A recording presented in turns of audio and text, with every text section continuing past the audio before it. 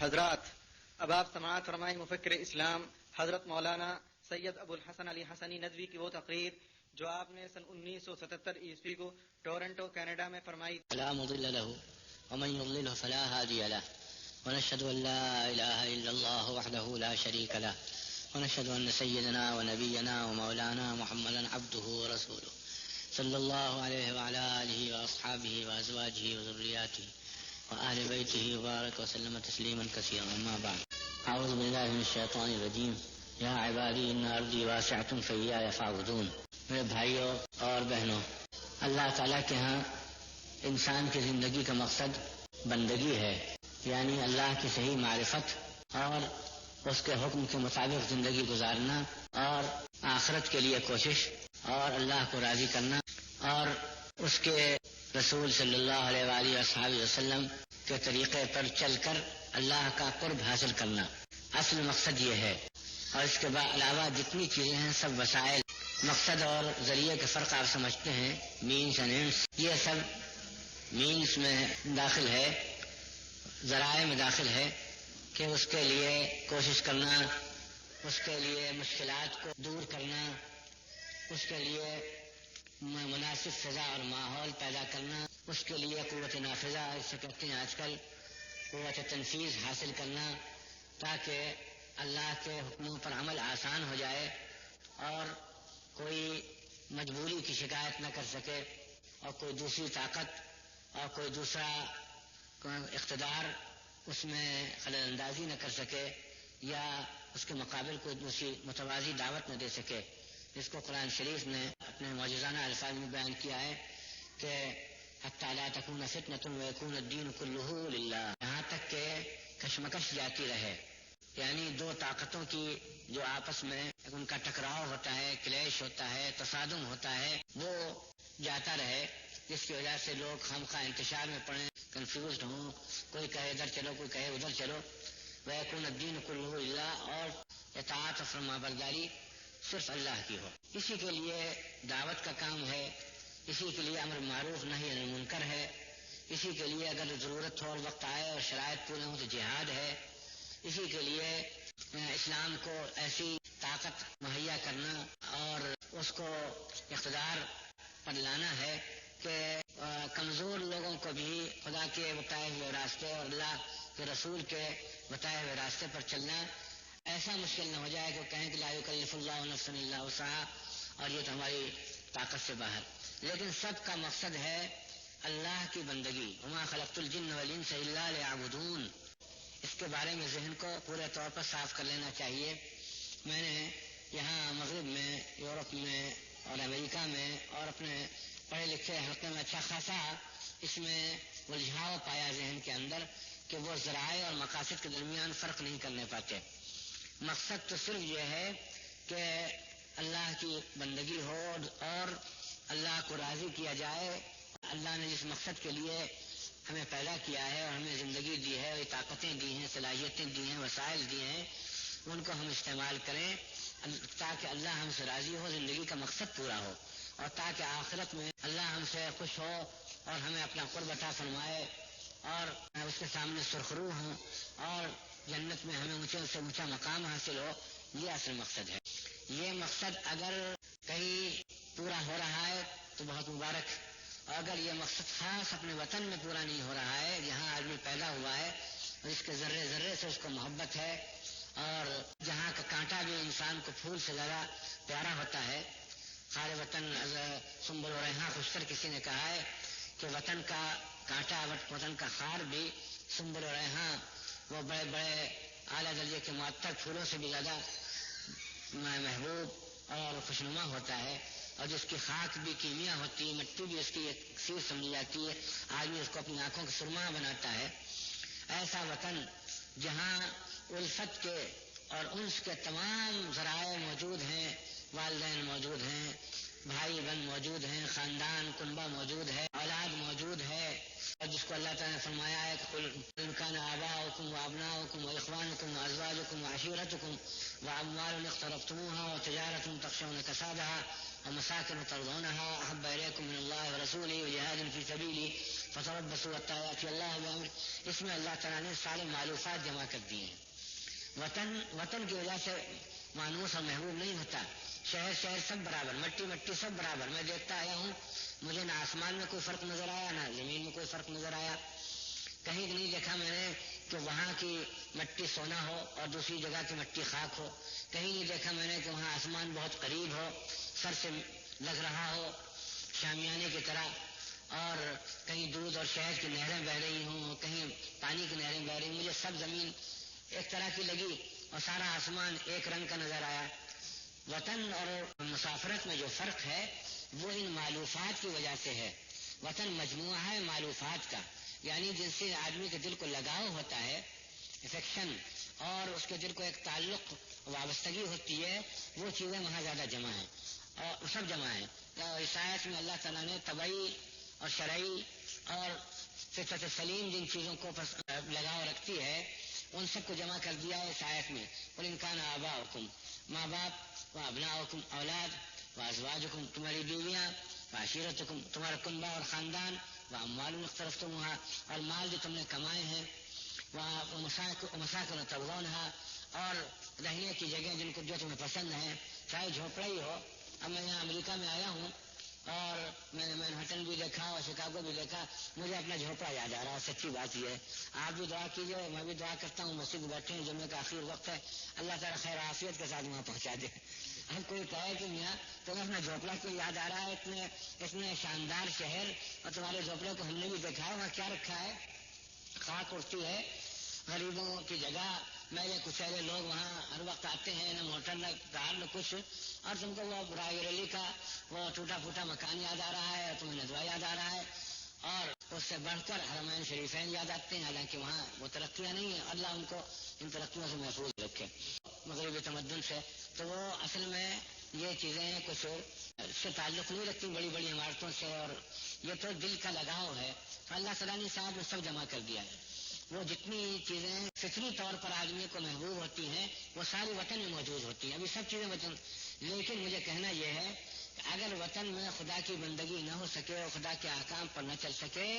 تو اس وطن کو دور سے سلام کرنا چاہیے، بھائی خدا حافظ، پھر قیامت میں ملیں گے، ہم تم نہیں رہ سکتے. حد یہ ہے کہ مکے کی سرزمین اول تو قدرتی طور پر اس کے اندر ایسی محبوبیت اللہ تعالیٰ نے ایسی دلاویزی رکھی ہے کہ اللہ تعالیٰ خود فرماتا ہے کہ ابراہیم علیہ السلام کی دعا وجل افئدة من الناس تهوی الیہم، اے اللہ دلوں کو ایسا کر دے کہ جیسے مقناطیس طرف لوہا کھینچتا ہے ویسے کھینچے. تو ایک تو اس میں محبوبیت، پھر اس میں حرم شریف اور اس میں بیت اللہ اور اس میں زمزم، صفا اور مروہ اور اس کے پاس منی و عرفات. لیکن جب رسول اللہ صلی اللہ علیہ وسلم نے دیکھا کہ یہاں اللہ کی بندگی مسلمانوں کے لیے مشکل ہو رہی تو کہا حبشے چلے جاؤ. یہ کاہے کے لیے کہا؟ یہ دین پر قائم رہنے کے لیے کہا کہ یہاں دین پر قائم رہنا مشکل ہے، نماز نہیں پڑھ سکتے، کلمہ شہادت نہیں پڑھ سکتے، زبردستی ان کا سر بتوں کے سامنے جھکایا جاتا ہے اور زبردستی ان کے سامنے خدا کو برا بلا کہا جاتا ہے، توہین کی جاتی ہے، زبردستی ان سے کفر کرانے کی کوشش کی جاتی ہے. تو کہہ دیا کہ حبشے چلے جاؤ. 2 مرتبہ حبشے کو ہجرت ہوئی اور اس کے بعد پھر آخر میں آپ کو ہجرت کا حکم ہوا کہ چھوڑ دو مکہ اور مدینے چلے جاؤ. مکہ جیسا شہر اگر چھوڑا جا سکتا ہے اللہ کے نام پر اور اللہ کے دین پر عمل نہ کرنے کی وجہ سے، تو پھر کسی اور شہر کا کیا کس شمار قطار میں ہے دنیا کے شہر، چاہے وہ دنیا میں نیو یارک لندن ہو، چاہے کوئی بھی ہو، ٹورنٹو مونٹریال ہو، کوئی جگہ بھی ہو، دلی ہو، لکھنؤ ہو، کوفہ ہو، بصرہ ہو، بغداد و قرطبہ ہو اور قاہرہ و دمشق کچھ ہو. تو اصل مقصد یہ ہے کہ جہاں اللہ کے دین پر عمل کیا جا سکے وہ جگہ محبوب ہے اور وہ جگہ رہنے کی ہے، اور جہاں نہ ہو پھر چاہے وہاں آسمان سے برکتیں برستی ہوں اور وہاں سے وہاں ہن برستا ہو، جیسے اس ملک میں برس رہا ہے، خدا جانے کب تک برستا رہے گا، لیکن ابھی تو برس ہی رہا ہے. چاہے ہن برستا ہو اور چاہے وہاں کی زمین سونا اگلتی ہو اور چاہے وہاں کی مٹی ہاتھ لگاتے ہی وہ کیمیا بن جاتی ہو، تو لیکن دیکھنا یہ ہے کہ ہم اللہ کے احکام پر عمل کر سکتے ہیں اور اسلامی زندگی گزار سکتے ہیں، اور جو ہماری زندگی کا مقصد ہے وہاں پورا ہوتا ہے یا نہیں. اب مجھے کہنا یہ ہے کہ میں یہاں آیا، میں نے اپنے مسلمان بھائیوں کو دیکھا، اس میں یونائٹڈ اسٹیٹس میں، شمالی امریکہ میں بہت سے بڑے بڑے شہر دیکھ چکا ہوں، کہیں 1 دن، کہیں 2 دن، کہیں 4 دن، اور تھوڑے سے شہر باقی بھی ہیں، اب کینیڈا میں بھی آیا ہوں۔ تو ایک طرف تو میرا دل خوش ہوتا ہے مسلمانوں کو دیکھ کر کہ ہر ملک کے مسلمان یہاں موجود ہیں اور عرب بھی بڑی تعداد میں موجود ہیں، اس سے دل خوش ہوتا ہے، قدرتی بات ہے، آدمی کو اپنے ہم جنس ہم مذہب ملتے ہیں تو خوشی ہوتی ہے۔ لیکن دوسری طرف میں ڈرتا ہوں کہ آپ یہاں پورے طور پر آپ کو اسلامی زندگی گزارنے کا موقع ہے، اور کیا آپ کی آئندہ نسلیں اسلام پر قائم رہ سکیں گی یا نہیں، اور کیا آپ کے اندر جو اسلام کا جذبہ تھا وہ ایسے ہی روشن رہے گا، فروزاں رہے گا، یا سرد ہو جائے گا؟ یہ بات بہت سوچنے کی ہے۔ یہاں اکثر بھائی ہمارے، آپ برا نہ مانیے گا، اکثر بھائی یہاں مادی اغراض سے آئے ہیں۔ ہمارے ایک بھائی نے کہہ بھی دیا کہ صاحب ہم تو یہاں کھانے کمانے کے لیے آئے، تو اکثر بھائی یہ کوئی حرام بات نہیں ہے، کوئی گناہ کی بات نہیں ہے، لیکن جہاں خالص غیر اسلامی زندگی ہو اور جہاں مادیت ہی مادیت ہو، غفلت ہی غفلت ہو، وہاں جانا تو خیر اس میں حرج نہیں، لیکن وہاں رہ جانا اور فیصلہ کر لینا کہ یہیں رہیں گے، یہ بات سوچنے کی ہے۔ اس سے میں آپ سے عرض کرنا چاہتا ہوں کہ اگر آپ کو اطمینان ہے کہ آپ یہاں اسلامی زندگی اللہ کے حکم کے مطابق، اللہ کی منشا کے مطابق گزار سکتے ہیں، اور دعوت کے کام میں آپ مشغول ہیں، اور یہاں آپ کے رہنے سے فائدہ پہنچ رہا ہے، آپ کا خود دل گواہی دے، کسی کہنے سننے سے نہیں، آپ کا دل گواہی دے کہ واقعی آپ کو جتنا وقت نکالنا چاہیے آپ وقت نکال رہے ہیں، آپ اپنے ایمان کو بچانے کی کوشش کر رہے ہیں، اور دوسروں کی تک ایمان پہنچانے، ایمان کی دعوت پہنچانے کی بھی کوشش کر رہے ہیں، اور بقدر ضرورت آپ یہاں معاشی جدوجہد میں مشغول ہیں، کوئی مشغلہ بھی آپ نے تلاش کیا، اس کے بغیر یہاں رہ نہیں سکتے، تو ٹھیک ہے، پھر تو میں بھی کہوں گا کہ آپ کا رہنا مبارک ہے، اور شاید آپ کے ذریعے سے اللہ یہاں ہدایت عام کرے اور اسلام کی روشنی پھیلائے، اور یہ خطہ اسلام کی دولت سے، اسلام کی سعادت سے ہمکنار ہو جائے۔ کوئی تعجب کی بات نہیں، مسلمان خاص طور پر عرب سعودی جزائر شرق الہند میں پہنچے، انڈونیشیا پہنچے، اور بحرین کے جزیروں میں پہنچے، جزیرے کے جزیرے مسلمان ہو گئے، اور وہاں آج کھلی ہوئی اکثریت مسلمانوں کی ہے۔ آپ تحقیق کیجیے، کتابیں دیکھیے گا، تاریخ کے تو معلوم ہوگا کہ زیادہ تر عرب تاجروں سے اسلام پھیلا، یا پھر صوفیاء کرام کے ذریعے سے اسلام پھیلا ہے۔ ہمارے ہندوستان میں بھی سندھ وغیرہ میں جو آج تک اسلام کے نشانات ہیں وہ عربوں کی وجہ سے ہیں، یا جو اکثریت کے حصے ہیں ہندوستان میں، مثلا کشمیر ہے، یہاں کھلی ہوئی اکثریت ہے مسلمانوں کی، 80%، 90% قریب، وہ صرف صوفیاء کرام کی شرمندہ احسان۔ بنگال میں اکثریت ہے مسلمانوں کی، اور مشرقی بنگال میں خاص طور پر تو صوفیاء کرام، وہاں نہ کوئی اسلامی فوج گئی اور نہ وہاں اسلامی حکومت کوئی مستحکم قائم ہوئی۔ تو اگر آپ کا ایمان محفوظ رہے گا، اس کا اطمینان،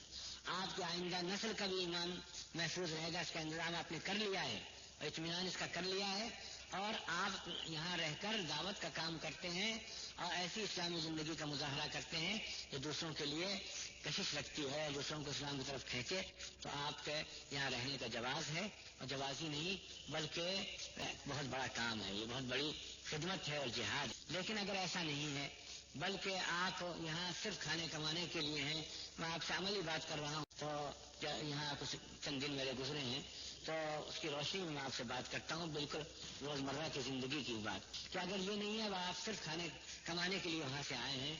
اور اگرچہ یہ بھی بڑی ہمارے نزدیک یہ اسلامی تعلیم کے منافی ہے کہ آدمی کھانے کمانے کے لیے کہیں جائے اور اس کے لیے اتنا لمبا سفر کرے کھانے کمانے کے لیے۔ بھائی صاف باتیں آپ سے کر رہا ہوں کہ اگر آپ یہاں، آپ کی زندگی مفید ہے اسلام کے لیے، اور آپ کا رہنا یہاں اسلام کے لیے راستہ کھولتا ہے، اور بات یہ بھی اطمینان ہے کہ آپ کا بھی ایمان محفوظ اور آپ کے بچوں کا بھی ایمان محفوظ، تو میں آپ فتویٰ دیتا ہوں کہ آپ کا رہنا جائز ہے، اور جائز ہی نہیں بلکہ یہ ایک عبادت ہو۔ اور اگر دونوں باتیں نہیں، یعنی اپنے ایمان کی طرف سے بھی اطمینان نہیں، اپنے بچوں کے ایمان کی طرف سے، آئندہ نسلوں کی طرف سے بالکل اطمینان نہیں، اور آپ صرف کھانے کمانے میں مشغول ہیں، اور فیصلہ کر لیا آپ نے یہاں کی وہ جو نیشنلٹی ہے، جو کچھ بھی ہوتا ہے یہاں کا مجھے معلوم نہیں، وہ آپ نے لے لیا ہے، اور آپ نے یہ رہنے کا فیصلہ کر لیا، مکان بنا لیے، بھائی مجھے بہت ڈر معلوم ہوتا ہے اس میں، مجھے تو اس سے بہت ڈر معلوم ہوتا ہے کہ یہاں کس حال میں موت آئے، اور کس طرح ہم دنیا سے رخصت ہوں اور خدا ہم سے پوچھے. دیکھیے قرآن شریف کے ایک آیت سے بہت ڈر معلوم ہوتا ہے.